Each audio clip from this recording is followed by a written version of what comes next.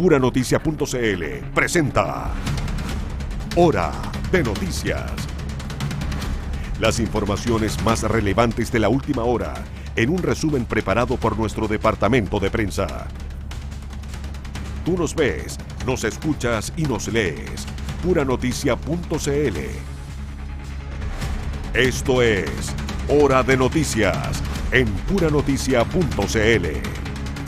Las noticias como a ti te gustan. Muy buenas tardes, bienvenidas, bienvenidos a Hora de Noticias a través de Puranoticia.cl. Nos ves, nos escuchas y nos lees. Puranoticia.cl, la noticia como a ti te gustan. Vamos a revisar las principales informaciones de la jornada. Estas y más noticias están disponibles en Puranoticia.cl. Además nos puedes ver a través del canal 177 de Zapping. También saludamos a quienes nos escuchan a través de las radios en La Ligua, Cabildo, Papudo, Zapallar, a través de la 90.9 en frecuencia modulada, en Valparaíso y Viña del Mar a través del 102.5 en FM y en la zona de los Andes y San Felipe y todo el Valle de la Concagua en la 96.1 en frecuencia modulada. Comenzamos de inmediato con la revisión de titulares para hoy.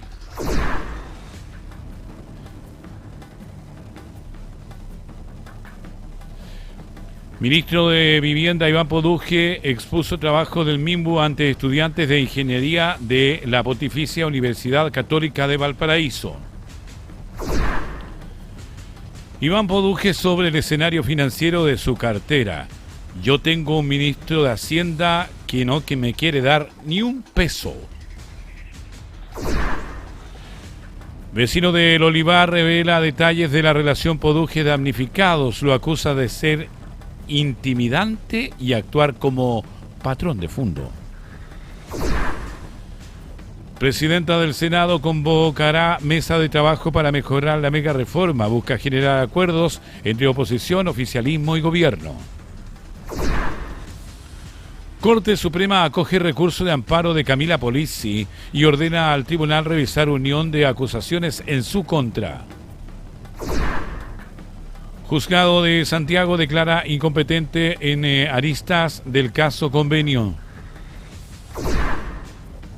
Decretan prisión preventiva para los dos últimos sospechosos del crimen de niño de 12 años en San Bernardo. Carabineros confirma que los dos sujetos detenidos por caso de adolescente en Santa María desaparecidos son padre e hijo. En el plano internacional aumenta la cifra de fallecidos tras devastadores terremotos en Venezuela. Ya son 588 las víctimas fatales. Vamos de inmediato al desglose de las informaciones. El ministro de la Vivienda Iván Poduje, durante su exposición en el encuentro empresarial en el Ademuco, apuntó contra Jorge Quirós y advirtió sobre el complejo escenario financiero que frena los planes de su cartera ante el déficit habitacional. Tenemos más detalles en el siguiente informe. El ministro de Vivienda Iván Poduje volvió a lanzar críticas públicas al ministro de Hacienda Jorge Quirós durante su participación en el encuentro empresarial Enela, realizado en Temuco. En la instancia reiteró las dificultades que enfrenta su cartera para obtener recursos y aseguró que tengo un ministro de Hacienda que no me quiere dar un peso. Durante su exposición ante empresarios de la Araucanía, el secretario de Estado recordó la frase "El presidente es mi único jefe", pronunciada en abril pasado, y volvió a referirse a la relación que mantiene con Hacienda en medio de las necesidades presupuestarias del Ministerio de Vivienda. Según consignó el Mercurio, Poduje ejemplificó esas dificultades mediante una recreación de un supuesto diálogo con el titular de Hacienda. En ese ejercicio planteó un intercambio en el que solicitaba recursos para enfrentar distintas necesidades habitacionales, recibiendo negativas por falta de presupuesto. Porque yo tengo un ministro de Hacienda que no me quiere dar un peso. A ver, entonces digo, ministro, necesito 500.000 UF para arreglar no las tiene, pues. ¿Dónde no? Páguela usted, si no tengo plata, porque no está en el presupuesto. Bueno, que se joda, que la pague. Pero, ¿qué hago? Están las familias pidiendo la asignación directa. Bueno, problema suyo. Y en rigor, es un problema del Estado, que no fiscalizó, y también de las empresas. En ese contexto, el ministro sostuvo que el Estado deberá desembolsar 17.880 millones de pesos para financiar reparaciones en viviendas que, a su juicio, correspondía ejecutar a empresas constructoras responsables de las obras. Nosotros vamos a tener que pagar y esta factura la vamos a derivar a algunas constructoras, 17.880 millones por construcciones que debieron haber reparado ellos, afirmó durante su intervención. Poduje también enfatizó que la crisis habitacional no es una responsabilidad exclusiva del Ministerio de Vivienda, sino que involucra al Estado y al sector privado. En rigor, es un problema del Estado, que no fiscalizó, y de las empresas, señaló. Al referirse nuevamente a la disponibilidad de recursos, el ministro ironizó sobre la postura de Hacienda y comentó: ¿qué voy a hacer con Quirós? Imagínese lo que es para mí decirle a ese hombre devoto de la Virgen del Puño que tengo que pedirle dinero. Finalmente, el secretario de Estado advirtió que el déficit habitacional en la región de la Araucanía alcanza cerca de 60.000 viviendas, insistiendo en la necesidad de contar con mayores recursos para enfrentar esa problemática y avanzar en soluciones para las familias afectadas.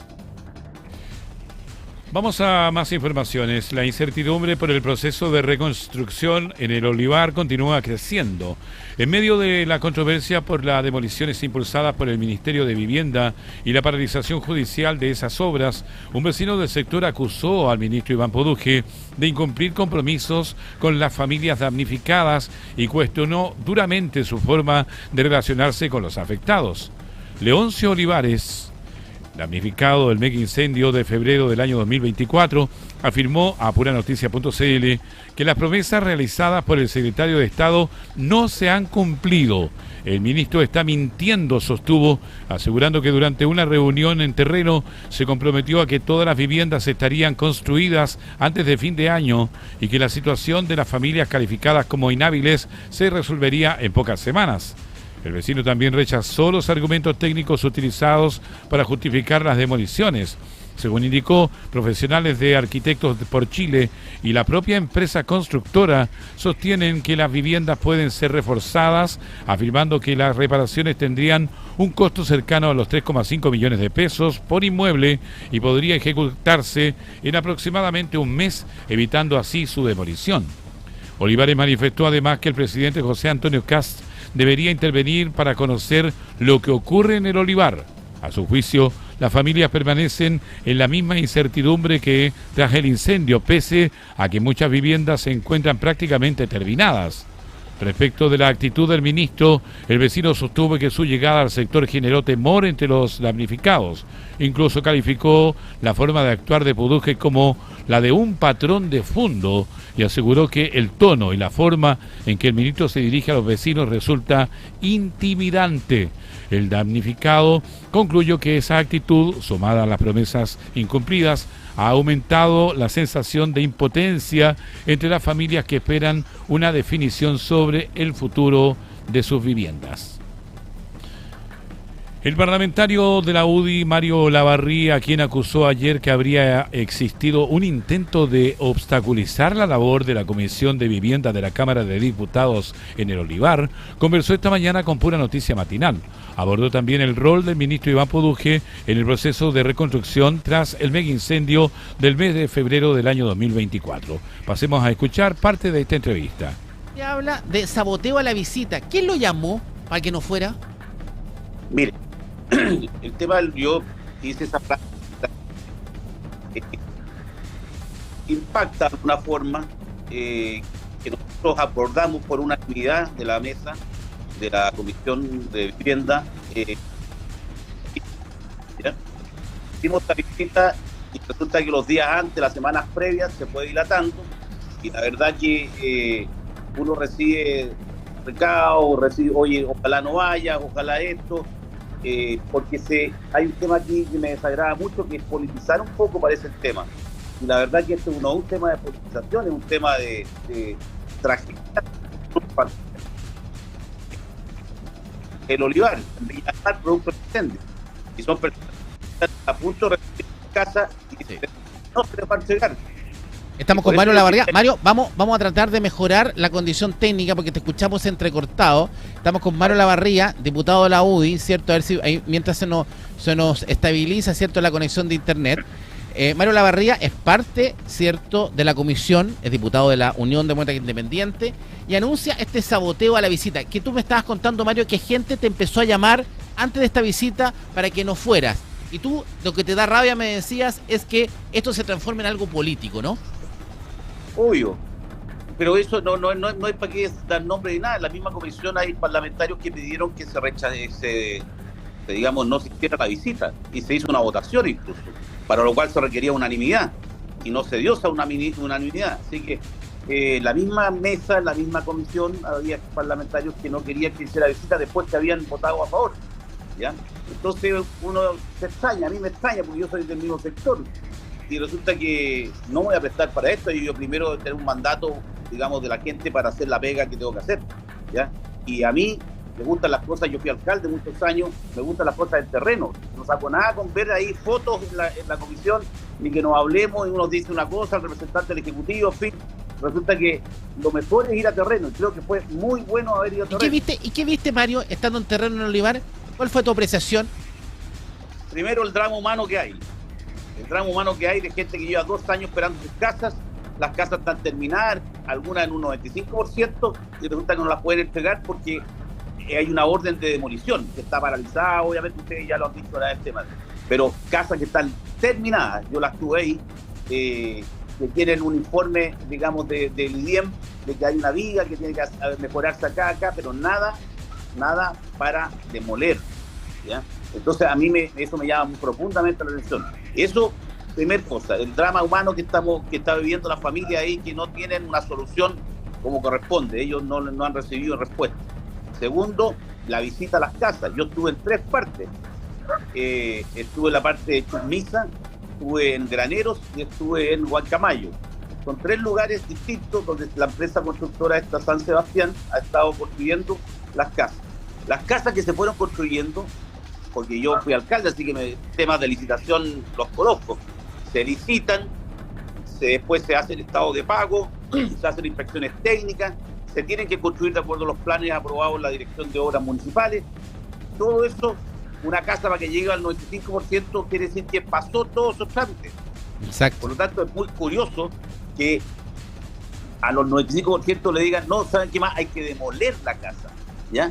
En fin, yo lo que vi casas que estaban prácticamente terminadas, otras en uso, que me explicaron ahí las observaciones que tenía del IDIEM, que es este instituto que se pidió un informe técnico, pero no dice en ninguna parte que se tienen que demoler como solución. Al contrario, es posible mejorar una viga que está ahí. Lo demás, vi casas, yo he visto casas durante muchos años sociales, estas son casas espectaculares realmente, si uno las ve, son de 3 dormitorios, el segundo piso, con baños, 2 baños, 62 metros cuadrados, y yo no había visto nunca una casa. Qué importante, Mario, de 62 metros cuadrados. Qué importante escucharte hablar. Estamos escuchando a Mario Olavarría, ¿cierto? Usted fue alcalde de Colina, usted es de la UDI, sí, del mismo equipo político, del mismo lado político del ministro, para que se entienda. Pero tiene una gracia usted, Mario, ¿ah? Usted nació en Viña del Mar, usted es viñamarino. Yo soy viñamarino, sí, pues, todos mis abuelos, mi mamá, y todo el lado materno. Incluso tengo tío y familia allá en Viña, así que muy feliz de ir a Viña siempre. Oiga, Mario, estuviste ayer en terreno y como buen alcalde, que fuiste bastante tiempo, ¿cierto? Conoces las casas sociales. Yo lo trataba, a nosotros nos han tratado pésimo desde el ministerio, ¿cierto? Nos dicen que estamos vendidos, y no entienden que uno como medio de comunicación simplemente va en la línea de lo que necesita la gente. Tú has retratado muy bien lo que viste. ¿Qué apreciación tienes del ministro Poduje entonces? ¿Por qué está actuando así el ministro? Bueno, es la pregunta que yo me hice volviendo a Santiago. La verdad que me vine bien cabizbajo, digamos, porque más bien por el tema familiar, ¿eh? Porque todo esto encierra temas familiares muy potentes. Ahí se dieron situaciones ayer, no sé, a uno le finalmente uno no puede una máquina, digamos, y no tener en cuenta el dolor humano de todas estas personas. Están solamente buscando una casa. Yo lo invito al ministro, fíjate que no sé, no lo voy a cuestionar, me imagino que una persona común y corriente, con sentimiento, igual que todo el mundo, quiere hacer su pega bien, pero acá yo creo que hay un prejuicio muy grande, y yo creo que esto que tiene que, de alguna forma, darse y corregir. Yo vengo con la visión, me vine pensando qué tenía que hacer realmente, y yo estoy de acuerdo con este gobierno, soy parte del gobierno se supone, y voy a hacer a las más altas autoridades hacer llegar lo que yo pienso de esto, ¿ya? Porque creo que hay un error que se está cometiendo muy grande respecto del... ¿Se está equivocando el ministro Poduje, Mario? Yo creo que sí, yo creo que tiene que tomar otra disposición, tratar de buscar soluciones. La solución no es, creo yo, mire, ¿sabe qué? Yo la verdad que yo no soy ingeniero, me van a decir, usted no es ingeniero, no es experto. Yo viví con mi papá fue ingeniero, calculista, toda su vida, tenía empresa constructora, yo pasé de chico siempre en las construcciones, siempre, en edificios, en casa, todo eso. Y él me ayudó mucho cuando yo fui alcalde para el terremoto. Y siempre me ayudó en qué sentido, que me decía, esto hay que votarlo, esto no hay que votarlo, esta pared, salvemos esto. Siempre el ingeniero, Chile es un país que no tiene tantos recursos, ¿ya? Y hay que tratar de optimizarlo y hay que tratar de reparar lo que se pueda reparar. Y la verdad que yo lo que vi ayer son casas bien terminadas, muy bien hechas, de muy buena superficie, que además hay una cosa muy importante, los vecinos, los dueños de esas casas, están totalmente de acuerdo con sus casas. Vamos a continuar informaciones porque el ministro de Vivienda y Urbanismo, Iván Poduje, participó en la inauguración del año académico 2026 en la Escuela de Ingeniería de Construcción y Transporte, instancia donde realizó una charla sobre los desafíos y proyectos del Ministerio de Vivienda y Urbanismo. Vamos a revisar más detalles en la voz del periodista Daniel Zunino. Buenas tardes, Daniel. ¿Cómo estás, Ricardo? Buenas tardes. Así es.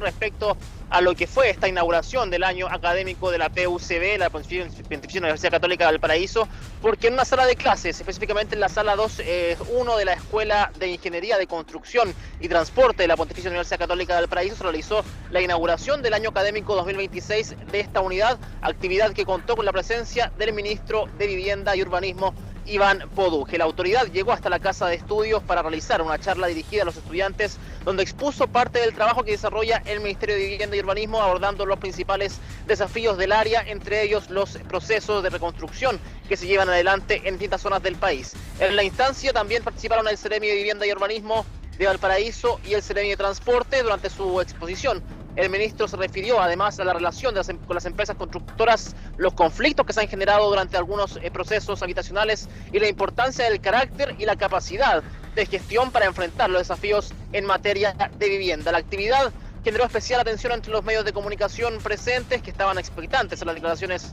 del ministro, particularmente por los cuestionamientos que han surgido en torno a la reconstrucción en sectores afectados por el megaincendio de Viña del Mar. Escuchemos algunas palabras del ministro.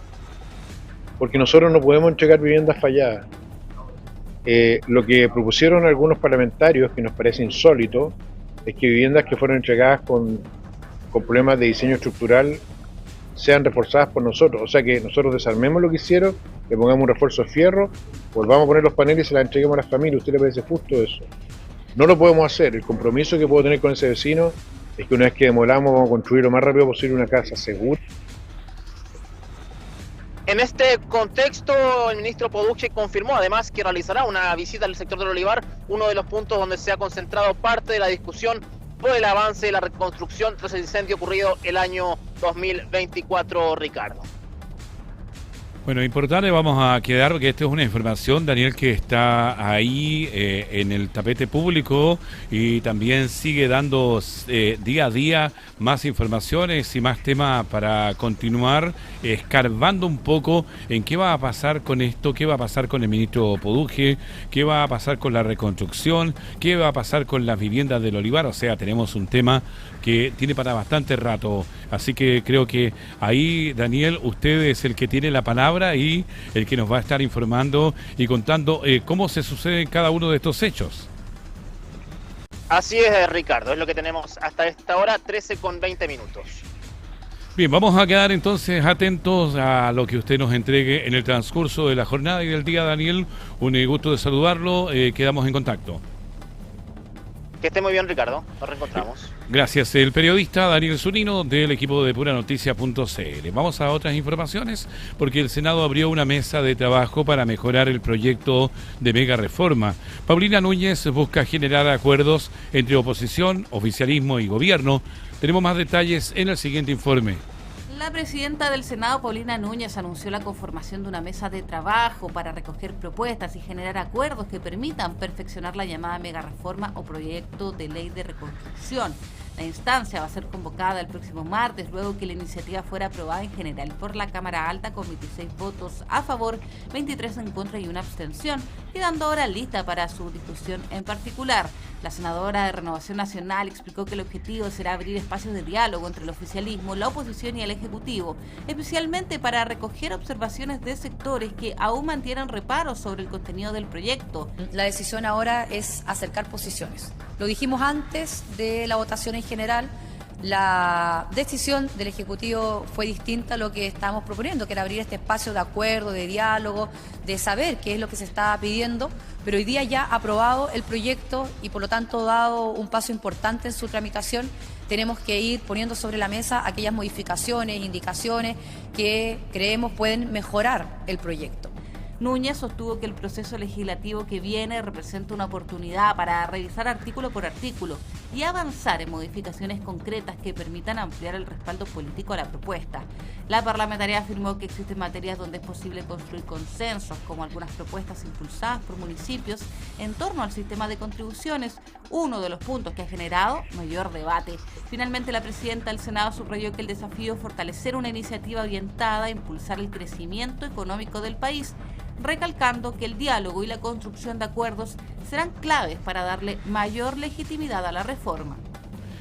Estamos en Hora de Noticias a través de puranoticias.cl. El máximo tribunal ordenó al juzgado de garantía de Concepción discutir la unión de las acusaciones en audiencia preparatoria fijada para el día de mes de agosto, del año 2026 por el caso de Camila Polisi. Tenemos más detalles. La Corte Suprema acogió un recurso de amparo presentado en favor de Camila Polisi y ordenó al Juzgado de Garantía de Concepción debatir en la audiencia de preparación de juicio oral ya fijada la eventual unificación de las acusaciones que enfrenta la ex candidata a diputada y alcaldesa en la arista Lencería del caso Convenios. En un fallo adoptado por mayoría, la segunda sala del máximo tribunal revocó la resolución de la Corte de Apelaciones de Concepción, que previamente había rechazado la acción constitucional presentada por la defensa de Polisi. La sala penal estimó que la decisión de unificar las acusaciones sin debatir previamente esa materia en audiencia constituye un vicio procesal que podría afectar el derecho a defensa de la imputada. Según el fallo, las investigaciones corresponden a hechos distintos y fueron desarrolladas en momentos diferentes, lo que incide en las posibilidades que ha tenido la defensa para preparar adecuadamente cada causa. La Corte Suprema también advirtió que la formalización de la investigación por delitos tributarios se realizó casi 2 años después de la formalización por estafa y lavado de activos, situación que podría haber limitado el tiempo disponible para producir prueba y acceder a todos los antecedentes de esa causa. Por ello, el máximo tribunal dejó sin efecto la resolución que había dispuesto la unión de las acusaciones y ordenó que esa materia sea discutida durante la audiencia preparatoria de juicio oral fijada para el 25 de agosto de 2026. En la causa principal, la Fiscalía Regional del Biobío acusa a Polisi de fraude al fisco, estafa y lavado de activos tras la adjudicación de un convenio por 250 millones de pesos con el gobierno regional del Biobío, recursos que, según la investigación, fueron destinados parcialmente a gastos personales. La Fiscalía solicita una pena de 8 años de cárcel, mientras que el Servicio de Impuestos Internos pide una condena de 28 años de presidio. El Consejo de Defensa del Estado también actúa como querellante. Actualmente, Camila Polisi cumple las medidas cautelares de arresto domiciliario nocturno y arraigo nacional en Concepción, mientras continúa a la espera del avance del proceso judicial en su contra. Estamos en Hora de Noticias a través de puranoticias.cl. Estamos en estas vacaciones de invierno, fin de semana largo también que ya comienza. Con Continua a esta hora 17 grados. Se espera una máxima para el día de hoy de 18 grados, cielos totalmente despejados. Al igual que en Quillota, zona interior de nuestra región, 19 grados en la temperatura del momento. Se espera una temperatura máxima de 20 grados y con cielos parcialmente despejados. En el puerto de San Antonio y la provincia de San Antonio tenemos 15 grados de temperatura, una máxima para hoy de 16 grados parcialmente despejado. En San Felipe Los Andes a esta hora hay una temperatura de 19 grados, se espera una máxima de 20 grados, la mínima de hoy fue de 7 grados. En tanto, en La Ligua Cabildo, la temperatura del momento es de 18 grados, para tener una máxima para el día de hoy de 18 grados y una mínima de 6 grados. Es lo que tiene la región de Valparaíso a esta hora en las condiciones del tiempo. Vamos a ir a más noticias porque el octavo juzgado de garantía de Santiago se declaró incompetente para seguir tramitando 4 aristas del caso Convenios y resolvió devolver la causa al juzgado de garantía de Antofagasta al considerar que fue en esa ciudad donde se inició la ejecución del primer delito investigado. Tenemos más detalles. La decisión afecta a las líneas investigativas Democracia Viva, Fibra, Tomarte y Supo, agrupadas en una sola causa donde la Fiscalía acusa 12 delitos de fraude al fisco y 2 de lavado de activos. La resolución fue adoptada tras una audiencia destinada a definir la competencia territorial del Tribunal Capitalino, luego que la Corte de Apelaciones de Antofagasta derivara el caso a Santiago el mes pasado. La jueza Estefanía Asenjo aplicó las normas del Código Orgánico de Tribunales que establecen que cuando existen múltiples hechos investigados en conjunto, corresponde conocer la causa al tribunal donde se inicia la ejecución del primer delito. En este caso, el tribunal determinó que el primer acto ocurrió el 1 de julio de 2022 con la firma de un convenio entre la Seremi de Vivienda de Antofagasta y la Fundación para la Superación de la Pobreza, hecho que fija la competencia territorial en esa región. Ahora los antecedentes serán enviados nuevamente a la Corte de Apelaciones de Antofagasta, que deberá decidir si mantiene su postura inicial. Si insiste en remitir la causa a Santiago, la definición va a quedar en manos de la Corte Suprema. En Hora de Noticias hacemos el primer alto de la jornada y estamos de vuelta con más informaciones. No se vayan. Estamos presentando Hora de Noticias. Estamos presentando Hora de Noticias. Entramos en un nuevo bloque de Hora de Noticias a través de puranoticias.cl. Nos escuchas en la radio, nos ves en la televisión, nos lees en la web. Momento para revisar titulares de la jornada. Ministro de Vivienda Iván Poduje expuso trabajo del MIMBU ante estudiantes de Ingeniería de la Pontificia Universidad Católica de Valparaíso. Iván Poduje sobre el escenario financiero de su cartera. Yo tengo un ministro de Hacienda que no me quiere dar un peso. Vecino del Olivar revela detalles de la relación Poduje damnificados. Lo acusa de ser intimidante y actuar como patrón de fondo. Presidenta del Senado convocará mesa de trabajo para mejorar la mega reforma. Busca generar acuerdos entre oposición, oficialismo y gobierno. Corte Suprema acoge recurso de amparo de Camila Polizzi y ordena al tribunal revisar unión de acusaciones en su contra.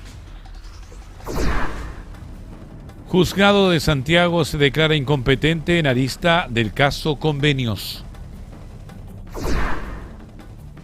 Decretan prisión preventiva para los 2 últimos sospechosos del crimen de niño de 12 años en San Bernardo. Carabineros confirma que los 2 sujetos detenidos por caso de adolescente de Santa María, que estaba desaparecido, son padre e hijo. En el plano internacional aumenta la cifra de fallecidos tras devastadores terremotos en Venezuela. Son cientos las víctimas fatales. Vamos al detalle de las informaciones de esta jornada. La Fiscalía Regional de Aysén presentó una acusación formal contra 8 imputados por los delitos de fraude al fisco y fraude de subvenciones reiterado en una investigación que involucra al senador Miguel Ángel Calisto. Según el Ministerio Público, los hechos corresponden a un presunto esquema de obtención irregular de recursos fiscales mediante asesorías parlamentarias que no habrían sido efectivamente realizadas. El fiscal regional de Aysén, Hernán Levidinsky, sostuvo que la acusación está respaldada por prueba documentada, testimonial y pericial que a su juicio del Ministerio Público permitirá acreditar los hechos en un eventual juicio oral. Añadió que, debido al monto defraudado supera a los 100 millones de pesos y el carácter reiterado de los ilícitos, los principales imputados enfrentan delitos con penas asignadas de crimen. De acuerdo con la investigación, la Fiscalía sostiene que la asesora Carla Graf nunca prestó servicios parlamentarios reales para el entonces diputado Miguel Ángel Calisto y que sus contratos habrían sido utilizados únicamente como un mecanismo para obtener recursos públicos de manera irregular. En la causa también figura como imputado el funcionario Ronald Cárcamo. El persecutor afirmó que los honorarios pagados por el Congreso a la asesora fueron posteriormente transferidos, entre otros, al propio Calisto y a Cárcamo, siendo utilizados para su beneficio personal. En este contexto, la Fiscalía calificó el mecanismo investigado como un sistema de asesorías fantasmas que operaba como una caja pagadora, antecedente que será debatido durante el juicio oral. Vamos a otras informaciones, porque la justicia decretó prisión preventiva para los 2 últimos imputados por el crimen del niño de 12 años que murió durante una violenta encerrona en San Bernardo, cerrando así la formalización total de los involucrados en este caso. El juzgado de garantía de San Bernardo ordenó la medida cautelar para los 2 últimos imputados como coautores de robo con homicidio, robo calificado y robo con intimidación. La magistrada Marilyn Neira sostuvo que su libertad constituye un peligro para la seguridad de la sociedad de las víctimas y también para el desarrollo de la investigación. Con esta resolución ya son 6 las personas formalizadas por la cadena de delitos ocurrida la madrugada del martes. Un hecho que comenzó con el robo de un vehículo en un servicentro, que siguió con el asalto a un carabinero de Franco y que culminó con la encerrona que terminó con la muerte de un niño de 12 años. La forma en que se lleva a cabo la acción de los imputados implica también un desprecio evidente, al menos por la vida de ese niño. Lo cierto es que el tribunal no advierte de qué otra forma se podría precaver la seguridad para la sociedad que fuese distinta a la de la prisión preventiva. Según la Fiscalía, el pequeño quedó atrapado en el automóvil robado al no alcanzar a descender y fue arrastrado por cerca de 2 kilómetros. Producto de esto falleció por asfixia mecánica y múltiples lesiones traumáticas. El miércoles ya habían quedado en prisión preventiva otros 2 adultos involucrados, mientras que 2 adolescentes fueron enviados a internación provisoria.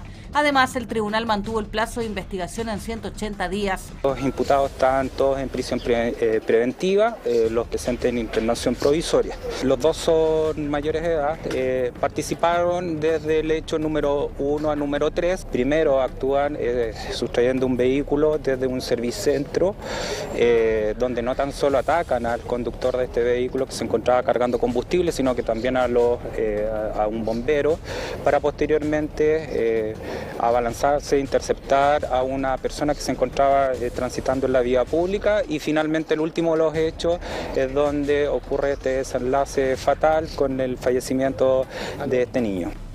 Seguimos en el plano policial. Un secuestro y posterior homicidio en la comuna de Santa María fue protagonizado por un padre y un hijo, quienes fueron detenidos durante la jornada de este jueves.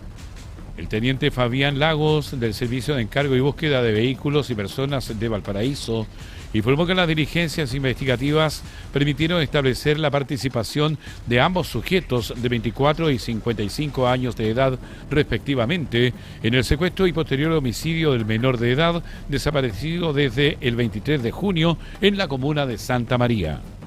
Nuevos antecedentes surgieron en la investigación por la desaparición de un adolescente de 17 años en la provincia de San Felipe, caso que derivó en la detención de 2 hombres, padre e hijo, quienes son investigados como presuntos responsables del secuestro y homicidio de la víctima. El teniente Fabián Lagos, de la sección de encargo y búsqueda de vehículos de Carabineros de Valparaíso, informó que la investigación se inició tras una denuncia por presunta desgracia presentada luego de la desaparición del menor ocurrida el pasado 23 de junio en la comuna de Santa María. El oficial explicó que en coordinación con la Fiscalía Local de San Felipe, la unidad especializada desarrolló diversas diligencias investigativas en terreno que permitieron avanzar en el esclarecimiento del caso. La sección regional CEP de Valparaíso, en conjunto con la Fiscalía Local de San Felipe, han estado llevando a cabo un proceso investigativo que dio su inicio a raíz de una denuncia por presunta desgracia tras la desaparición de un menor de edad de 17 años ocurrido en la región. Gracias a esto y en virtud de las diligencias investigativas en terreno, se logró la vinculación directa de 2 sujetos, ambos de sexo masculino y mayores de edad, quienes mantenían un vínculo familiar directo, dado que estos eran padres e hijos, quienes habrían sido vinculados a raíz de la desaparición de este menor, quienes lo habrían secuestrado y posteriormente realizado el homicidio del mismo. El teniente añadió que ambos fueron puestos a disposición del juzgado de garantía correspondiente mientras continúan las diligencias para reunir nuevos antecedentes sobre el crimen.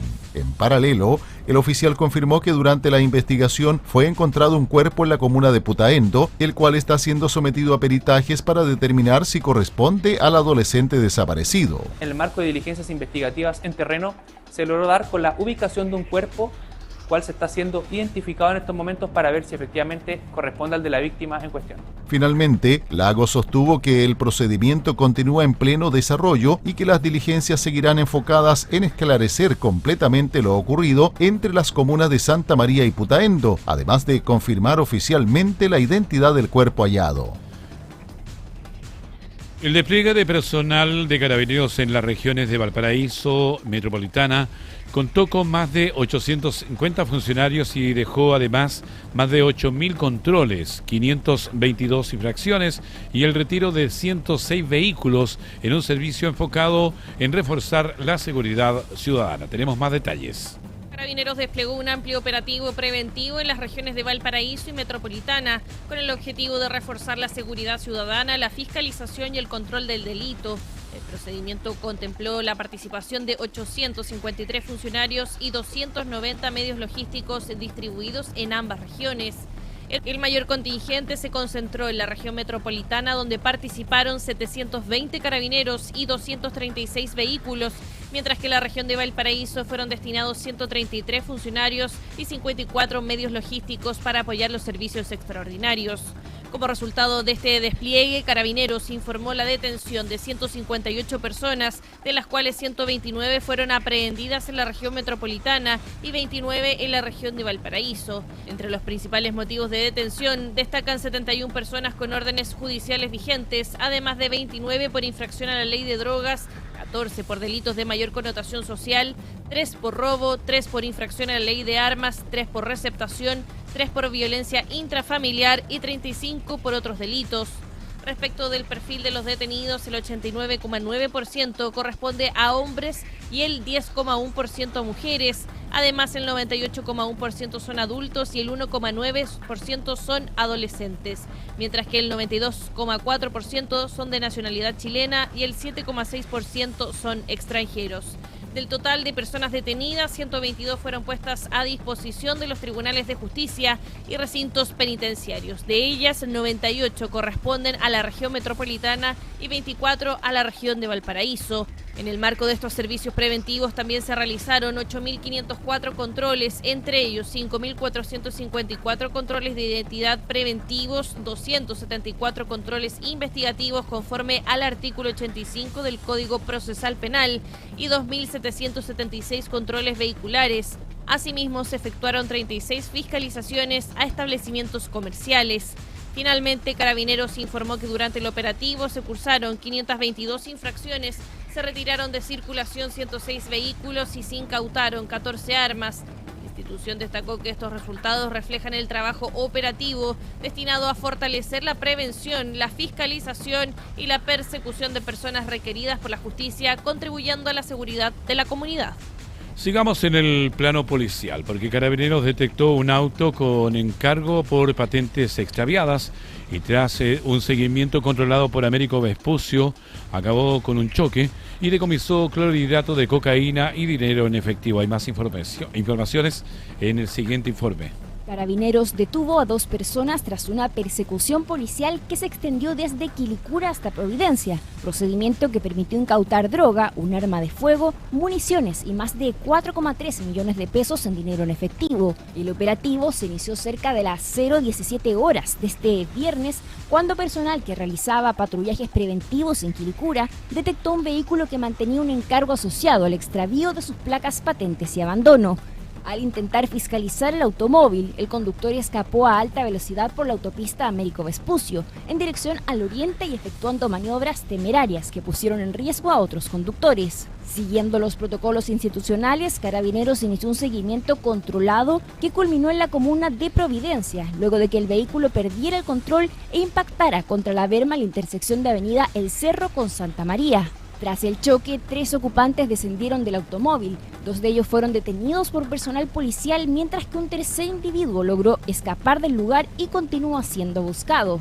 Durante la huida, uno de los imputados lanzó una pistola calibre 9 milímetros, la que fue recuperada por los funcionarios. Posteriormente, al revisar el vehículo, se incautaron 414 gramos de clorhidrato de cocaína, 10,3 gramos de marihuana, un arma de fuego con su cargador, 11 cartuchos y más de 4 millones de pesos en efectivo.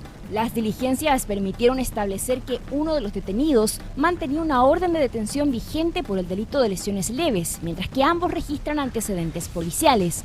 Por instrucción del Ministerio Público, los imputados quedaron a disposición de la Fiscalía Metropolitana Centro Norte, donde enfrentarán cargos por infracción a la ley de drogas, porte ilegal de arma de fuego, conducción temeraria y el cumplimiento de la orden de aprehensión pendiente. El municipio de Valparaíso y Carabineros continúan desarrollando operativos de fiscalización en la avenida Pedro Montt como parte del plan de despeje y recuperación de espacios, iniciativa que busca fortalecer la seguridad y recuperar espacios públicos para la comunidad. Desde comienzos de junio ya se han realizado 6 intervenciones conjuntas en este sector, considerado uno de los principales ejes urbanos de Valparaíso.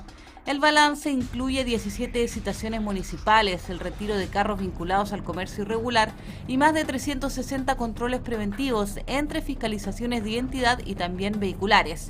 Además, los operativos han permitido la detención de 5 personas por infracciones a la ley 20.000, órdenes de detención vigentes y otras causas, reforzando así la presencia policial y municipal en la zona.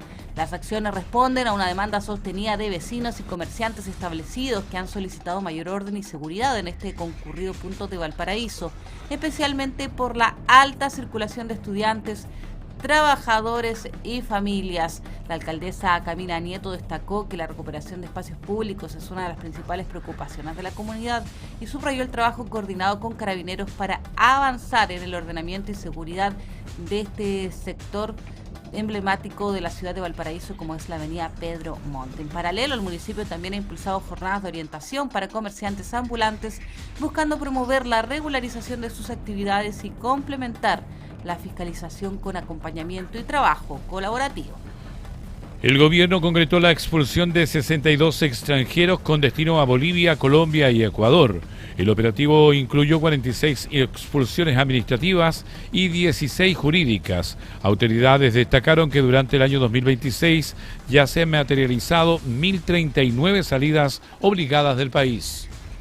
El gobierno concretó una nueva expulsión de 62 personas extranjeras mediante un vuelo charter con destino a Bolivia, Colombia y Ecuador. Del total, 46 correspondieron a expulsiones administrativas y 16 a expulsiones judiciales en el marco de la política de control migratorio impulsada por el Ejecutivo. El balance fue entregado por el subsecretario del Interior Máximo Pavés y el director nacional de Migraciones Franz Sauerbaum, quienes informaron que durante 2026 ya se han materializado 1.039 expulsiones de ciudadanos extranjeros. Las autoridades señalaron que esta cifra representa un incremento respecto del mismo periodo de 2025 y refleja el fortalecimiento de las acciones destinadas a ejecutar resoluciones administrativas y judiciales en materia migratoria.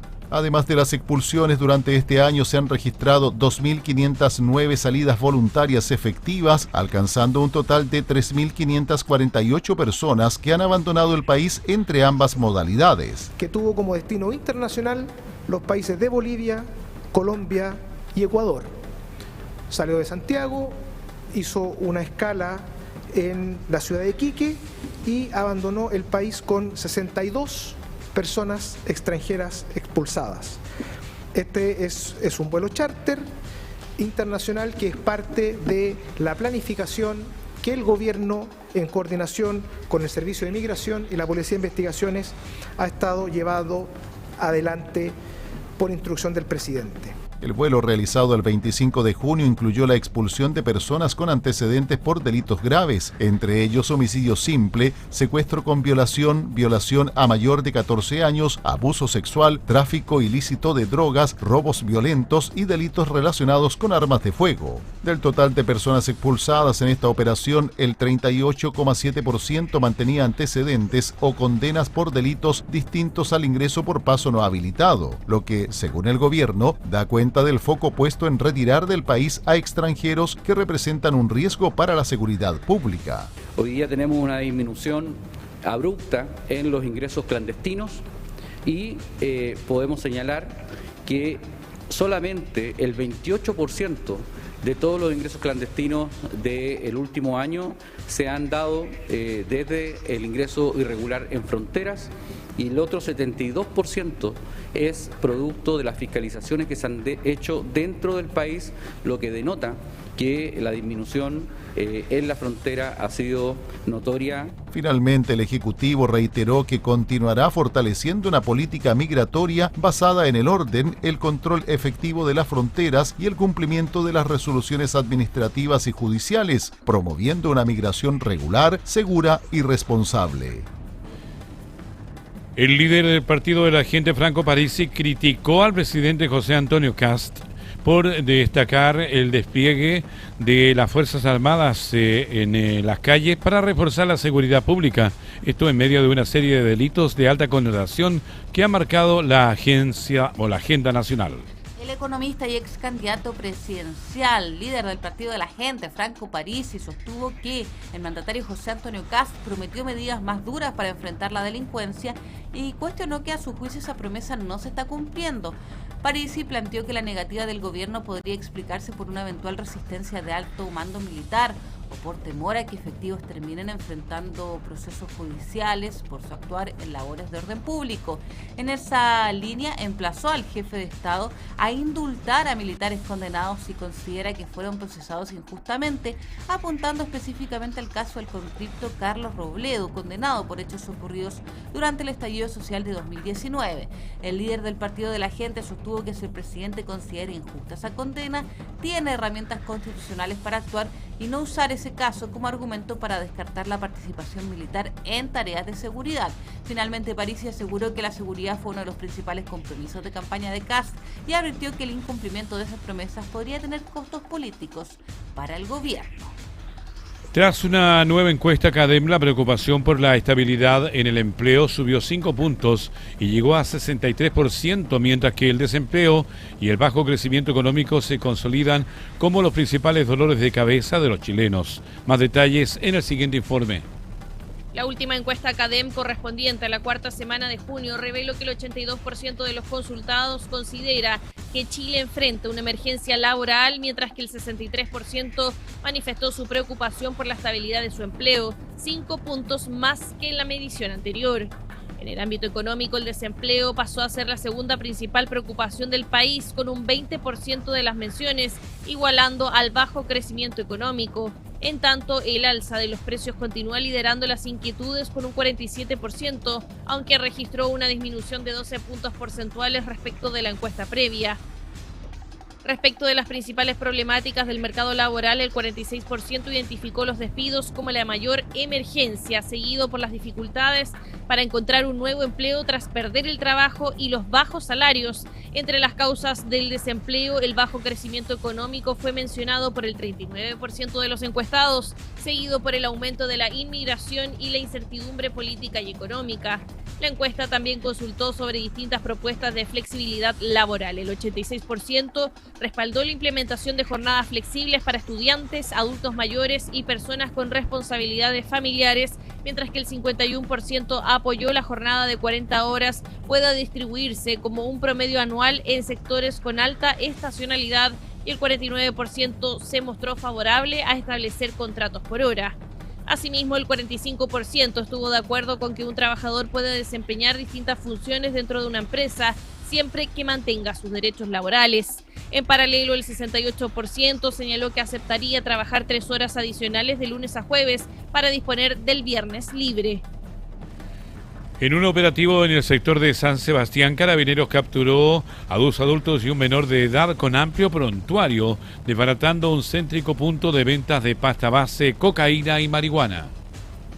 Carabineros del OS7 de San Antonio desarticuló una asociación criminal dedicada al tráfico de drogas en pequeñas cantidades que operaba en la provincia de San Antonio, tras un operativo realizado en la comuna de Cartagena que permitió detener a 3 personas e incautar diversas sustancias ilícitas. El procedimiento fue el resultado de una investigación desarrollada por la unidad especializada que reunió los antecedentes necesarios para ejecutar una orden de entrada y registro en un inmueble ubicado en el sector de San Sebastián, identificado como el principal objetivo de la indagatoria. Desde Carabineros señalaron que el éxito del operativo respondió al trabajo de inteligencia y al despliegue estratégico del personal especializado, permitiendo desarticular una agrupación que afectaba la seguridad de los vecinos del sector. Durante el allanamiento fueron detenidos 3 integrantes de la banda, correspondientes a 2 adultos y un menor de edad, quienes, de acuerdo con la institución, mantienen un amplio prontuario y antecedentes penales por diversos delitos. Entre las especies incautadas se contabilizaron 159 envoltorios de pasta base de cocaína, 56 envoltorios de clorhidrato de cocaína y 9 bolsas de marihuana, todas listas para su comercialización. Además, el personal policial decomisó dinero en efectivo de baja denominación, el que sería producto de las ventas diarias de droga, junto con diversas especies utilizadas para desarrollar la actividad ilícita. Desde la institución destacaron que este procedimiento permitió sacar de circulación una importante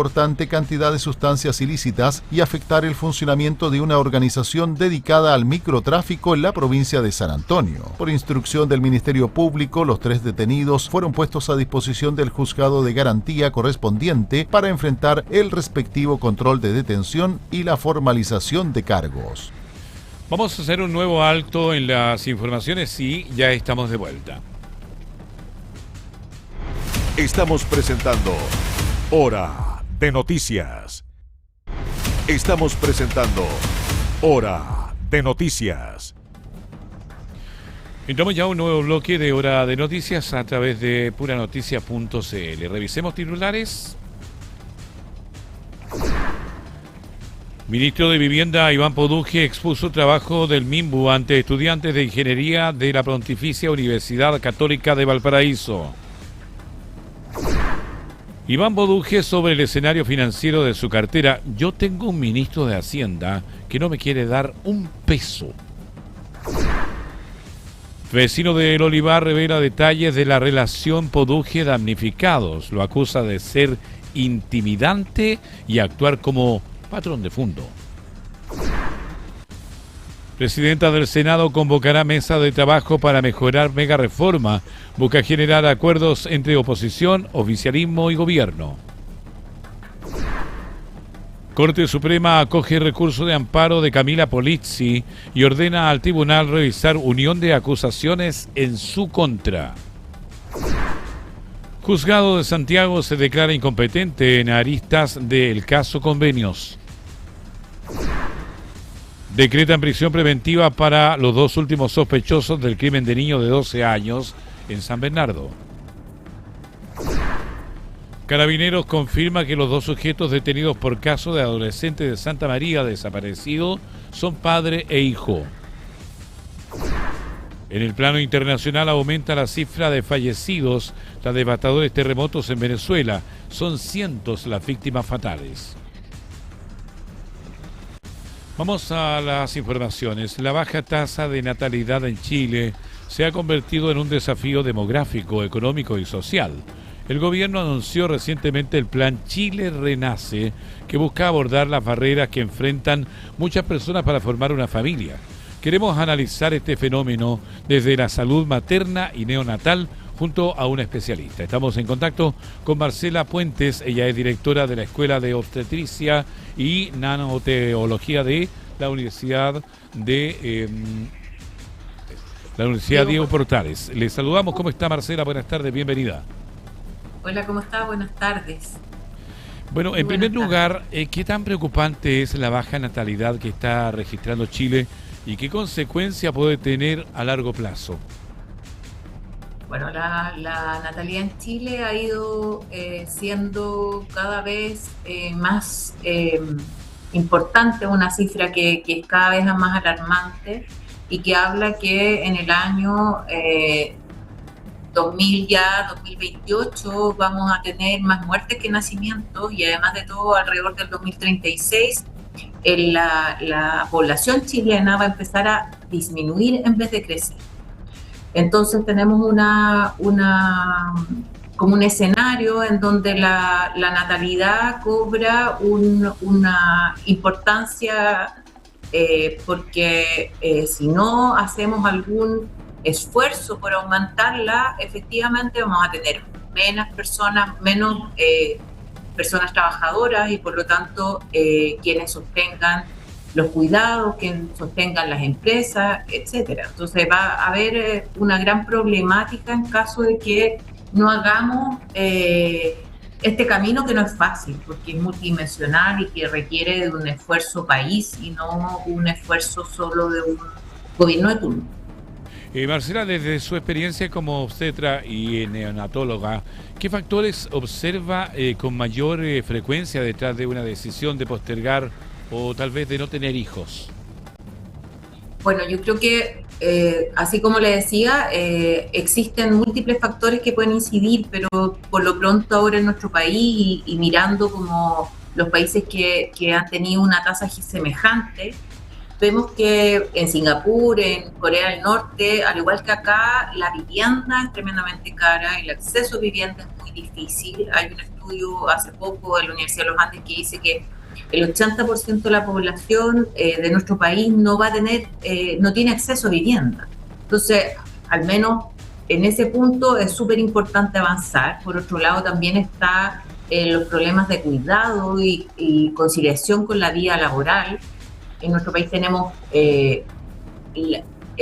jornadas laborales súper grandes y largas y la gente se demora mucho en llegar a sus hogares, por lo tanto puede pasar entre 12 y 14 horas fuera del hogar y en ese tiempo los niños están en el colegio, pues salen y uno no tiene con quién dejarlos, por lo tanto hay una dificultad real del cuidado de niñas y niños. Por una parte la sala cuna, pero también después vemos que los horarios en los colegios están hasta las 4 de la tarde y nadie sale en Chile a las 4 de la tarde. Entonces, también ahí hay una tarea de conciliar esas dos partes. Conversamos con Marcela Puentes, directora de la Escuela de Obstetricia y Neonatología de la Universidad Diego Portales. Perdón, la interrumpí, Marcela, y creo que no terminó el punto. No, lo que te decía que también hay una crisis del cuidado, o sea, las mujeres y la población requiere de que esta como complejidad que significa la crianza no recaiga exclusivamente en los brazos de las mujeres o en los hombros de las mujeres. Y por tanto también vemos que hay un cambio cultural en donde existen otros proyectos de vida que no solo sean ser madre, y en ello hace que se postergue de alguna manera la fertilidad y haga que muchas más mujeres más tardíamente decidan tener hijos y por tanto también tengan menos hijos, porque mientras uno más tarde empieza a tener hijos, la probabilidad es que tengas menos espacio y tiempo para poder criar y tener otros. A propósito de eso, Marcela, Porque usted justo está hablando un poco de las etapas. Hay muchas mujeres que son madres a edades más avanzadas. ¿Qué implicancia tiene esto para la fertilidad, el embarazo y la salud del recién nacido? Mire, yo creo que separaría, porque las mujeres embarazadas en nuestro país, podemos tener mujeres entre 35 y 40 años embarazadas que no van a tener ningún problema, a no ser que tengan una enfermedad de base. Son mujeres que son activas, que tienen buena nutrición, si quieren hacerlo, lo hacen. Pero la complejidad es que después de los 30 años también disminuye paulatinamente, y esto se hace mucho más profundamente después de los 35 y cercano a los 40, la fertilidad. Porque mientras más tardío tengamos un embarazo y no detectemos algún tipo de problema de infertilidad, vamos a llegar a estadios más tardíos, donde las probabilidades de hacer tratamientos y hacer algún tipo como mejorar el acceso a la reproducción se hace mucho más difícil. Entonces yo creo que ahí hay un punto que, pero también es súper complejo pretender que las mujeres obligatoriamente comencemos antes a tener hijos. Yo creo que las condiciones de vida tienen que cambiar para que las parejas, porque las mujeres no tenemos hijos solo, las parejas tengan como proyecto de vida también ser padres y madres. Y también que obviamente se trabaje para que esto no recaiga, esta obligación o estas responsabilidades no recaiga absolutamente en las mujeres, sino que se pueda compartir. Marcela, ¿este mito o realidad de que mientras más tarde es el embarazo en la mujer, por supuesto, es más peligroso para la criatura, es un mito o una realidad? No, es una realidad, pero normalmente en embarazos que están por sobre los 40 años. O sea, después de los 40 años aumenta más el riesgo. Por cada año que pasa aumentamos más el riesgo de algún tipo de aneuploidías, que son como malformaciones congénitas, que puedan generar, por una parte, abortos, pero también niñas y niños con algún tipo de discapacidad. Pero eso tampoco es una cuestión que siempre ocurre. Una mujer que es sana, que no tiene, no fuma, no bebe alcohol, es una mujer que potencialmente no debería tener ningún problema. Usted hablaba de ser, que queda la mujer embarazada, pero también se ha escuchado por ahí, yo creo que es mucho más moderno también, el que quedamos embarazados, o sea, hablamos de pareja, porque aquí son dos, padre y madre, pero la mujer es la que concibe en realidad. Efectivamente, o sea, sería maravilloso que empezáramos a pensar que hay dos personas que se embarazan, o sea, que desean tener hijos, pero también que después del nacimiento de la hija y los hijos el trabajo se comparta. O sea, un dato que es igual abismante es que muy pocos, aquí existe un permiso parental de 7 días para poder tomarse después de los partos, y hay un número marginal de varones que hace ejercicio de este derecho. Porque lo practica más que todo, ¿no? Claro. No, y podría hacerlo, pero podrían tomarlo al menos, ir practicando, porque uno no nace sabiendo ser padre y madre, pero efectivamente no lo hace. O sea, no se toman el permiso. Y por tanto siguen trabajando y como que nada hubiera pasado. Yo creo que las mujeres también resentimos eso. Las mujeres hemos salido al mundo laboral y requerimos de parejas que efectivamente no ayuden, sino que se sientan responsables de la mitad de las tareas. Conversamos con Marcela Puentes, ella es directora de la Escuela de Obstetricia y Neonatología de la Universidad Diego Portales. El gobierno, Marcela, plantea que muchas personas quieren tener hijos, pero se topan con obstáculos. ¿Qué tan importante es el acceso oportuno a controles médicos, tratamiento de fertilidad y atención especializada en esta decisión? Yo creo que aquí dividiría a aquellos que quieren tener hijos versus los que tienen algún problema de fertilidad. Uno de los impulsos que tiene el gobierno respecto de eso es ayudar y apoyar a las personas que al diagnóstico de algún tipo de infertilidad. Sin embargo, no nos sirve solo saber si tengo algún problema de fertilidad o no, porque con eso llego solo a un diagnóstico, pero no realizo ninguna acción que mejore las condiciones para poder tener hija e hijo. Entonces aquí es no solo llegar al diagnóstico, sino que poder acceder, quienes quieran tener hijos y tengan algún tipo de dificultad en la fertilidad, puedan tener acceso real a tratamientos que no son baratos y que no tienen un acceso democrático en nuestro país. O sea, las personas que tienen algún tipo de infertilidad, que están en FONASA, tienen que ir a hospitales públicos donde las listas de espera son grandes, y además de todo tienen la posibilidad normalmente de poder acceder a una sola fertilización in vitro, y después de eso tienen que costearlo ellas. Entonces, efectivamente, por una parte es interesante saber el diagnóstico, pero el país también se tiene que hacer cargo del tratamiento, porque si no, no sirve de nada. Y por otro lado, aquellos que quieren tener hijos, tengan las condiciones como necesarias para poder hacerlo. Marcela, más allá de los incentivos económicos, hay quienes sostienen que las políticas deben poner el foco en el bienestar de las familias. Desde la evidencia médica, ¿qué medidas se considera realmente efectivas para favorecer la maternidad y la paternidad sin poder poner en riesgo, la salud de las mujeres ni de los recién nacidos? Por una parte, hay hartos países que han hecho esfuerzos hace años, o sea, nosotros no vamos a descubrir la pólvora ahora, y lo que han hecho, por una parte, se ha visto países que dan bonos de incentivos al embarazo, pero que en sí mismo el bono no garantiza que esto se va a mantener en el tiempo. O sea, disminuye esta como descenso tan abrupto.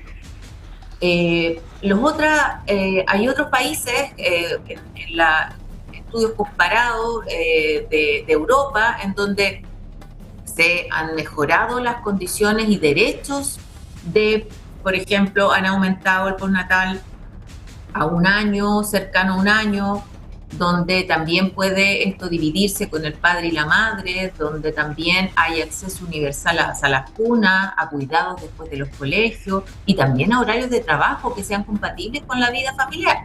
Porque no nos sirve decir, mira, ¿sabes qué? Vamos a trabajar por la familia, cuando efectivamente pensamos en horarios de trabajo, pensamos que las personas tienen que seguir trabajando hasta las 7 de la tarde todos los días, sumándole las 2 horas de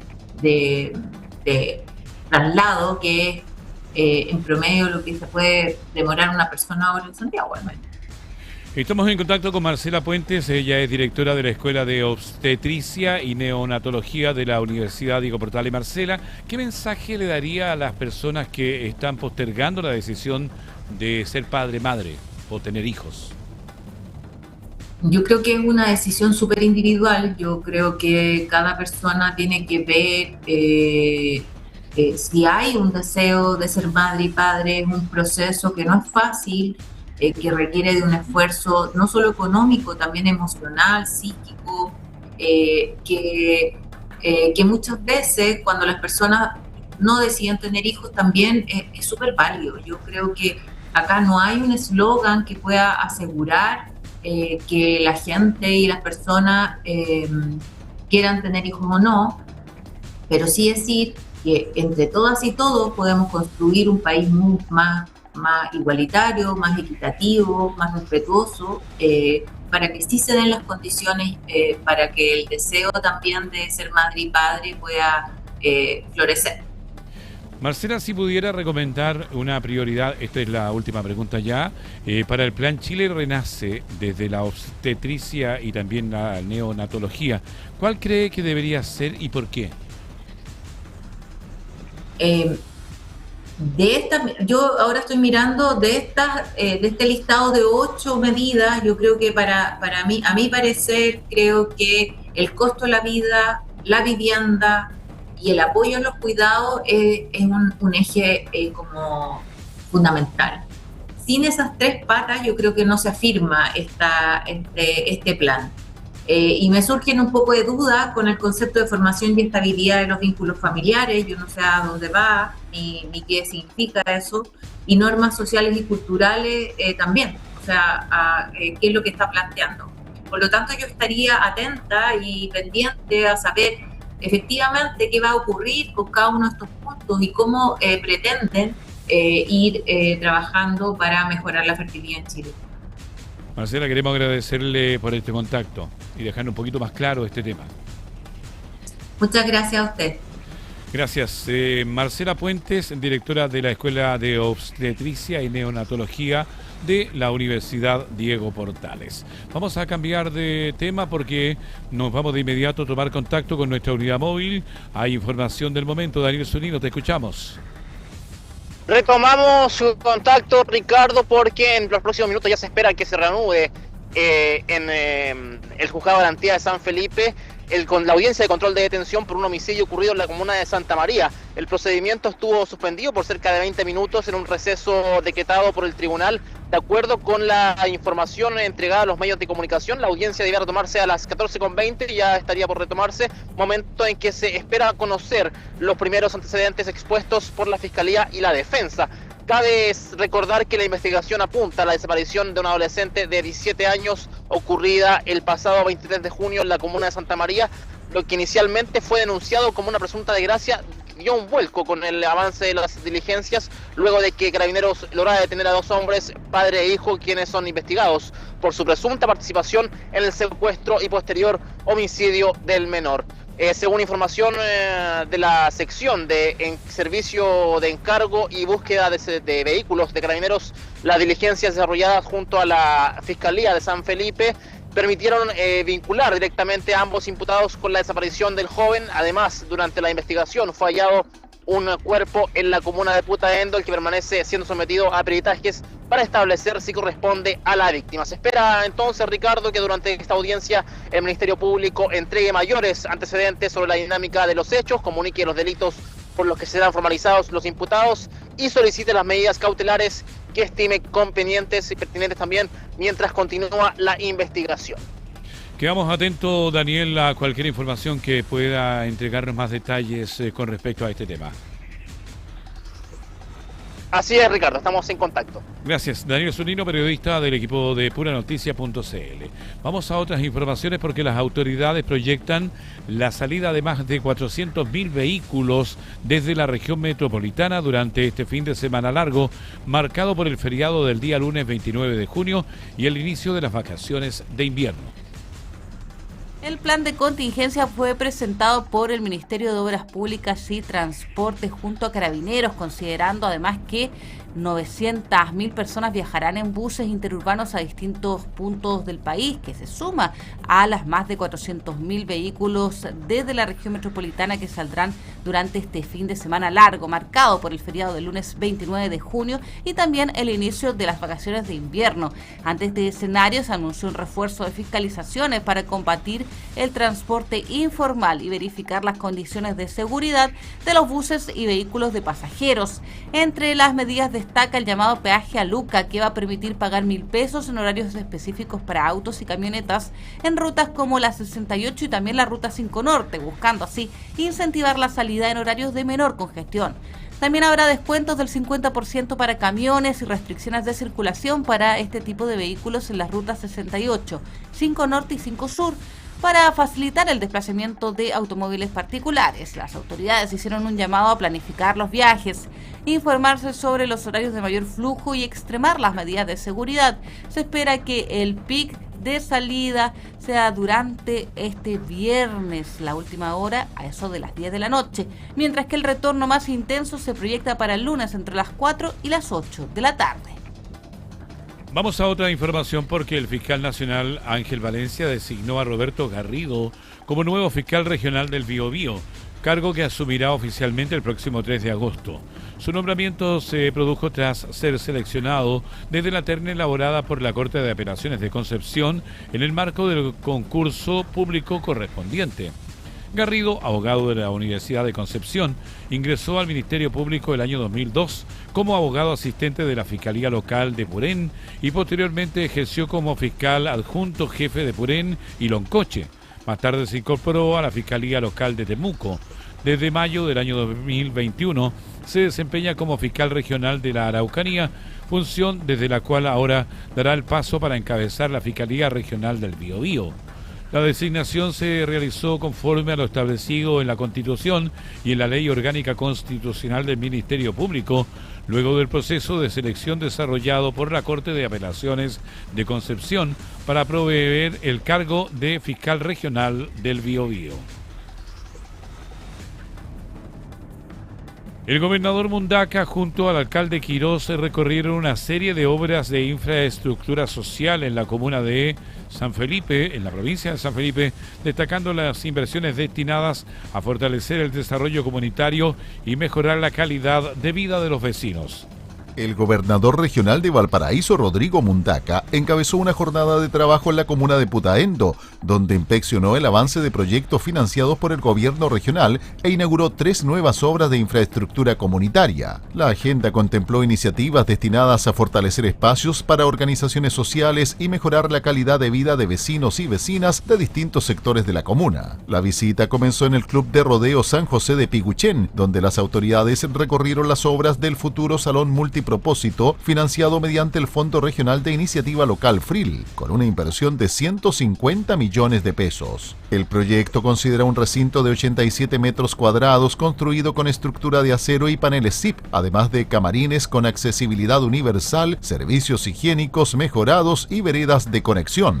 Posteriormente, la comitiva se trasladó hasta la localidad de Las Compuertas para inspeccionar la construcción del recinto de servicios de la Junta de Vecinos, iniciativa financiada por el gobierno regional a través del FRIL por más de 106 millones de pesos. El espacio permitirá fortalecer el funcionamiento de la organización comunitaria y mejorar la infraestructura disponible para sus actividades. Tras el recorrido, el gobernador Rodrigo Mundaca destacó que la inversión en infraestructura comunitaria contribuye directamente al bienestar de las personas y valoró la decisión del municipio de priorizar este tipo de proyectos. Creo que la decisión que ha tomado el alcalde Quirós de destinar los FRIL, los fondos regionales de inversión local, fundamentalmente para construir infraestructura comunitaria es muy relevante. Es muy relevante porque en la práctica eso significa que hay una preocupación preferente por las vecinas, los vecinos que más lo necesitan hoy día.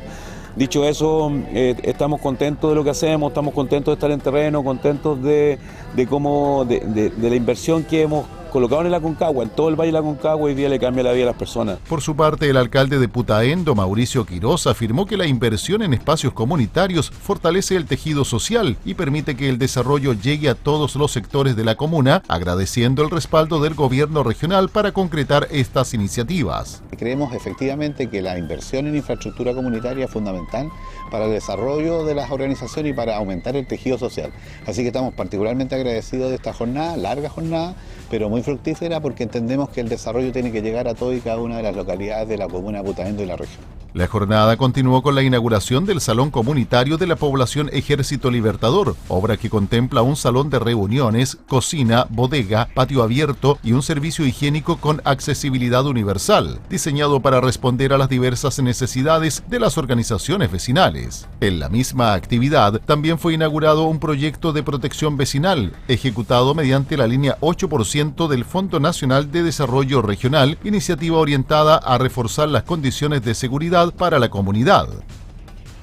Vamos a cambiar de tema porque en el marco de una gira por la región de la Araucanía, el presidente de la República, José Antonio Kast, sostuvo que este viernes un encuentro con las víctimas de la violencia rural en la comuna de Collipulli, instancia en la que comprometió medidas para abordar lo que calificó como una deuda histórica del Estado en la zona. La actividad reunió a usuarios del programa de apoyo de víctimas a violencia rural de Cercotec, provenientes de Lumaco, Collipulli, Traiguén y Angol. Tras la reunión, el mandatario afirmó que el objetivo fue escuchar directamente a las personas afectadas por los hechos de violencia y reiteró el compromiso de su administración con la región. A través de sus redes sociales señaló que detrás de cada acto de violencia en la Araucanía hay familias que lo han perdido todo y un dolor que el Estado no puede ignorar. En la misma publicación, Kast aseguró que durante la jornada escuchó los testimonios de las víctimas y manifestó que el gobierno impulsará iniciativas para enfrentar esta situación. Asimismo, el jefe de Estado indicó que su administración buscará avanzar en medidas destinadas a reparar esa realidad. En el encuentro también participaron representantes de las Fuerzas Armadas, de las policías, del gobierno regional y parlamentarios, quienes acompañaron la instancia de diálogo desarrollada en Collipulli. El senador del PPD, Pedro Araya, advirtió que el proyecto de reconstrucción nacional aprobado en general únicamente con votos del oficialismo podría tener escasa permanencia en el tiempo y criticó la falta de coordinación de la oposición para enfrentar la discusión legislativa. A su juicio, la ausencia de una propuesta común debilitó la posibilidad de iniciar e incidir en el contenido de la iniciativa. En entrevista con Radio Duna, el parlamentario advirtió que las reformas aprobadas son un respaldo amplio, corre el riesgo serio de ser eje de la próxima campaña presidencial e incluso ser modificada o derogada si cambia de composición de gobierno. En este contexto, Araya llamó al Ejecutivo a abrir un espacio de diálogo con la oposición e incorporar observaciones provenientes del mundo académico y técnico. El llamado al gobierno es a sentarse a la mesa con la oposición, según lo que dijo. El senador también fue crítico con el desempeño de los partidos opositores durante la tramitación. La oposición no tuvo la capacidad de poder actuar en conjunto, señaló. Finalmente sostuvo que la oposición debe aumentar su incidencia en la discusión particular del proyecto y trabajar coordinadamente para presentar indicaciones. Hacemos un nuevo alto comercial y ya estamos de vuelta con más informaciones en Hora de Noticias a través de puranoticia.cl. Ya volvemos. Estamos presentando Hora de Noticias. Estamos presentando Hora de Noticias. Estamos de vuelta ya en el último bloque de Hora de Noticias. Ministro Poduje se desmarca de promesa realizada en marzo en el Olivar. Nunca hablamos de 15 días para inhabilidades. Fue el 14 de marzo del año 2026 cuando el ministro de Vivienda y Urbanismo, Iván Poduje, llegó hasta el sector de El Olivar en la parte alta de Viña del Mar para reunirse con damnificados del mega incendio de 2 y 3 de febrero del año 2024.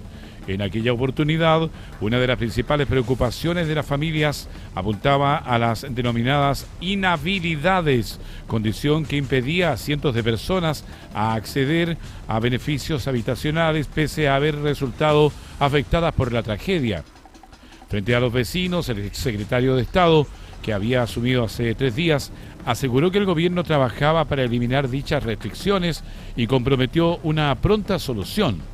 De hecho, señaló públicamente que existía una tramitación burocrática que sería simplificada y que en 2 semanas va a estar lista, agregando después que se entregarían a los subsidios correspondientes a las familias afectadas. Sin embargo, un mes después de aquel anuncio, dirigentes y damnificados consultados por puranoticia.cl aseguraban que la situación seguía sin resolverse.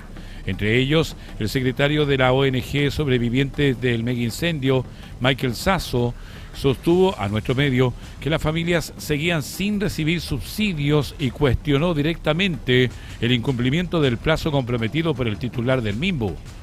Respecto de la controversia generada por las viviendas reconstruidas en el Olivar, que presentan observaciones estructurales y cuya demolición impulsa el ministro de Vivienda Poduje, señaló que la empresa constructora San Sebastián, que nosotros sacamos por 8 delitos, tenía 350 obras, gracias a Dios, y también por la incompetencia de la empresa había más de 200 que no tenían ningún avance, así que nosotros ya estamos trabajando sobre esas 200. Además, el titular de Vivienda y Urbanismo sostuvo que hay solo 40 viviendas que están terminadas, de las cuales hay mucha gente que lo único que quiere es que podamos botar esas viviendas malas y hacerlas buenas. En esta línea afirmó Hay solo 8 familias que se niegan, pero están en su derecho, aunque cuestionó a los parlamentarios que visitaron recientemente ese sector ubicado en la parte alta de Viña del Mar, señalando que los 2 diputados que fueron, muy poca gente, y la verdad es que yo no sé bien qué fueron a hacer, tendrán que explicarle a la opinión pública por qué defienden construcciones que fueron mal hechas, acreditadas por el IDIEM de la Universidad de Chile. Las declaraciones del ministro reabren el debate respecto de los compromisos asumidos por el gobierno durante el proceso de reconstrucción, particularmente porque su actual versión contrasta con los anuncios realizados públicamente en marzo ante los damnificados del olivar, quienes continúan esperando soluciones definitivas a los problemas que arrastran desde el mega incendio del mes de febrero del año 2024. No vamos a ir al ámbito internacional, porque Venezuela enfrenta horas dramáticas tras los devastadores terremotos que ha dejado cientos de fallecidos, miles de heridos y una emergencia humanitaria de gran escala que ya moviliza ayuda desde distintos puntos del mundo. En paralelo, Estados Unidos endurece su postura frente a Irán en medio de las negociaciones por un eventual acuerdo de paz, y Keiko Fujimori se declara ganadora en Perú. Revisamos todos estos temas en el siguiente despacho de la periodista Constanza Peña.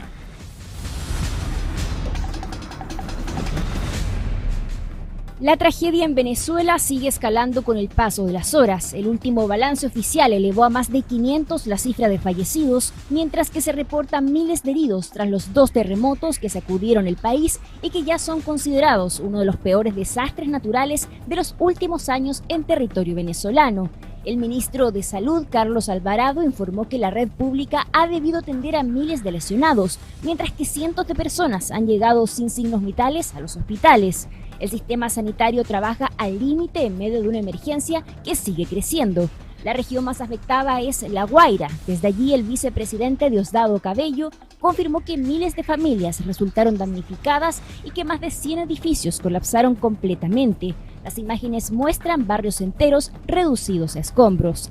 Caraballeda y Katia Lamar concentran gran parte de la destrucción.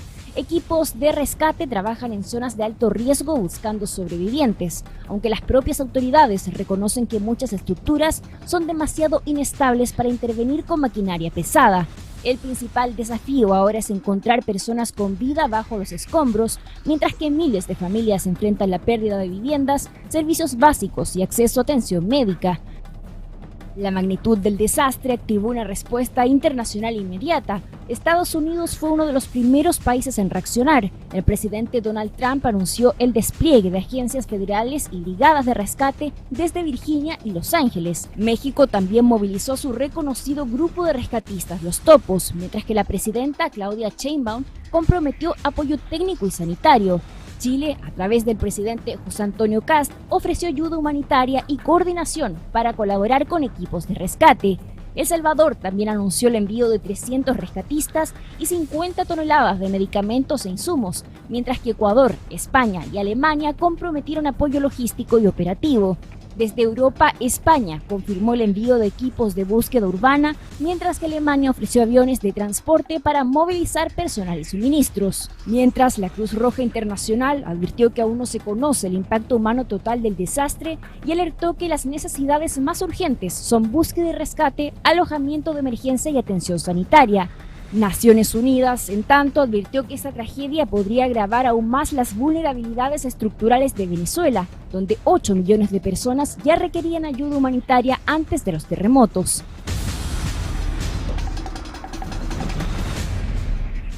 El secretario de Estado de Estados Unidos, Marco Rubio, advirtió que Washington quiere avanzar hacia un acuerdo de paz con Irán, pero dejó claro que no será bajo cualquier condición.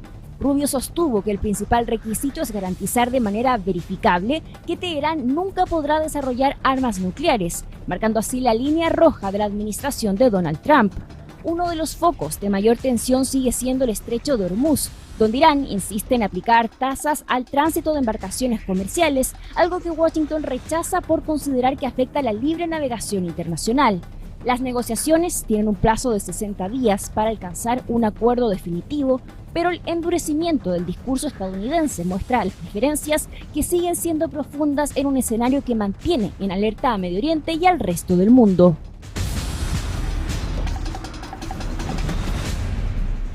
Y en Perú, la candidata de Fuerza Popular, Keiko Fujimori, se declaró ganadora de la segunda vuelta presidencial, pese a que el escrutinio oficial aún no concluye.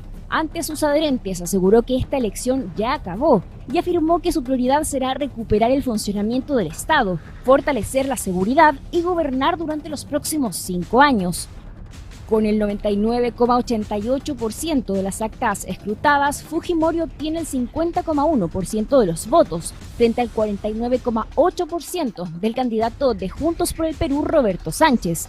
Es una diferencia cercana a los 44.500 sufragios, y en ese contexto hizo un llamado a la reconciliación nacional, señalando que buscará tender puentes y trabajar por la unidad del país.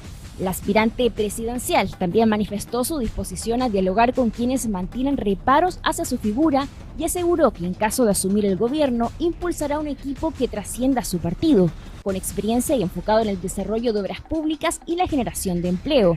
Asimismo, agradeció el trabajo de los voluntarios que participaron en la supervisión del proceso electoral.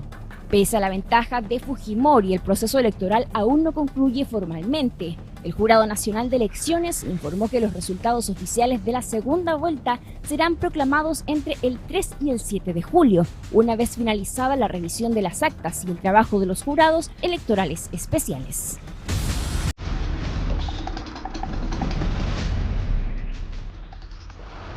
Y nos vamos al Mundial porque ya está con nosotros Joaquín Arias para entregarnos todo el informe deportivo. Adelante, Joaquín, buenas tardes. ¿Qué tal? ¿Cómo estás? Así es, seguimos analizando lo que es este Mundial 2026 que nuevamente da por cerrado algunos grupos de este torneo. Hablamos de los grupos D, E y F que tuvieron su cierre justamente el día jueves, donde en el grupo D el conjunto de Turquía dio el batacazo final, se impone al conjunto de Estados Unidos. Sin embargo, la selección americana logra pasar a la siguiente fase del torneo, en un partido donde Turquía derrotó 3-2 al conjunto norteamericano, que ya estaban clasificados antes de jugarse el partido, ya estaban como primeros del grupo. Es por eso que presentaron una formación alternativa y terminaron sufriendo también sobre el final del partido con esta derrota, la primera derrota que tiene el conjunto americano en este mundial, pero también entendiendo que estuvieron cuidando a algunos jugadores para lo que es la fase eliminatoria, los 16avos de final, donde ya decíamos estaba ya clasificado el conjunto americano antes de disputarse este partido. Otro de los compromisos que se jugó en el grupo D fue el partido entre Paraguay y Australia. El conjunto paraguayo empató 0-0 en un duelo muy disputado, donde el empate le bastó al conjunto australiano para clasificar a la siguiente ronda, y Paraguay que queda a la espera de poder clasificar como uno de los mejores terceros. Ya lo hemos mencionado en varias ocasiones que en este mundial clasifican los 8 mejores terceros a la siguiente ronda de este torneo. En cuanto al grupo E, vino quizás la sorpresa de este mundial cuando Ecuador se impuso 2-1 ante el elenco de Alemania. Es primera vez que Alemania pierde con un conjunto sudamericano, que no sea ni Brasil ni Argentina en rondas finales. Y es primera vez que el conjunto de Ecuador le gana a una selección que haya sido campeón del mundo. Es por eso que es importante el triunfo del elenco dirigido por Sebastián Becachese, que no solamente es un triunfo histórico, sino que también es un triunfo que le da una esperanza de poder clasificar como uno de los mejores terceros. Está virtualmente clasificado por la campaña que hizo el elenco ecuatoriano, pero todavía estamos a la espera de los términos de los otros grupos para que ellos puedan ya estar clasificados del todo. Mientras tanto, también en el grupo E se jugó el partido entre Costa de Marfil y Curazao. Fue triunfo para el elenco africano por 2-0, donde asegura el segundo lugar del grupo y sella una clasificación histórica a la fase de 16avos, a la fase eliminatoria de este mundial. Y el que quedó eliminado es el conjunto de Curazao, que en su primera participación en el mundial suma apenas un punto en el empate que tuvo frente al elenco de Ecuador. Y por el grupo F, Países Bajos confirmó el liderato porque no dejó dudas, derrotó 3-1 a Túnez para terminar invicto y quedarse con el primer lugar del grupo. Los holandeses mostraron una de las campañas más sólidas en la fase grupal y llegan como uno de los candidatos también a las rondas eliminatorias. Siempre es una selección que está ahí peleando. La selección de Países Bajos siempre está en instancias finales. Recordemos que en el Mundial pasado perdió frente a Argentina en las rondas finales y en otras participaciones ha llegado incluso a la final, a disputar varias finales. El conjunto de Holanda, que se instala también como uno de los candidatos en este 2026. En paralelo jugó Japón y Suecia, donde igualaron 1-1, un resultado que terminó favoreciendo a los asiáticos, quienes aseguran el segundo puesto de este grupo F, y el elenco sueco queda como tercero, también esperando para poder clasificar como uno de los mejores terceros. Ya tenemos esos clasificados tanto en el grupo D, E y F, y hoy día se van a estar jugando otros partidos válidos por el grupo G, H y el grupo I. Va a comenzar ahora a las 3 de la tarde la definición por el grupo por el grupo I, donde se van a enfrentar Noruega y Francia, quizás uno de los partidos más atractivos de la jornada, y también Senegal frente a Irak. Todo esto se va a jugar a las 15 horas. A las 20 horas van a estar jugando Cabo Verde frente a Arabia Saudita, y también otro de los partidos importantes en esta jornada, el partido entre Uruguay y España. Uno de lo atractivo en cuanto a lo futbolístico, y lo segundo es también lo que quieren lograr el conjunto celeste de clasificar a la siguiente ronda del torneo. Ya a las 23 horas se va a cerrar todo el grupo G con el partido entre Egipto e Irán, y también el encuentro entre Nueva Zelanda y Bélgica. Son los encuentros que vamos a tener el día de hoy, también destacando lo que va a tener este fin de semana, porque el día sábado a las 22 horas va a estar jugando Jordania frente a Argentina, una Argentina que ya está clasificado en la siguiente fase, y también va a ser lo propio Colombia frente a Portugal el día sábado a las 19:30 horas, en un partido que el conjunto colombiano ya está clasificado, pero es un partido atractivo también el de Colombia y Portugal, que son los equipos más fuertes del grupo K de este torneo. Y nos pasamos al fútbol local, al terreno local, porque el día de hoy también se va a disputar la Copa Chile este fin de semana, y también tenemos fútbol en la segunda división. En cuanto a Copa Chile, 19 horas, Estadio Sausalito, este día viernes va a estar jugando Everton frente a Copiapó por el grupo B de este torneo.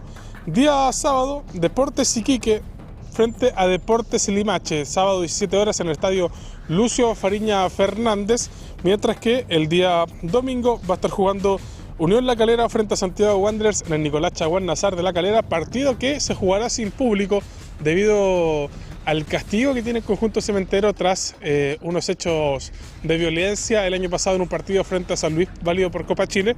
Y también 17:30 horas, Universidad de Chile va a recibir a Unión San Felipe en el Estadio Nacional. Son los partidos de Copa Chile, y también, como decíamos, vamos a tener fútbol de la segunda división, porque el día sábado a las 17 horas en el Estadio Atlético Municipal de Concón van a estar jugando Concón Nacional frente a Atlético Colina. El elenco aurinegro quiere sellar su clasificación a la liguilla de ascenso con un triunfo en casa, y obviamente Atlético Colina viene a restarle puntos al elenco aurinegro, que figura hoy como el puntero de la zona norte.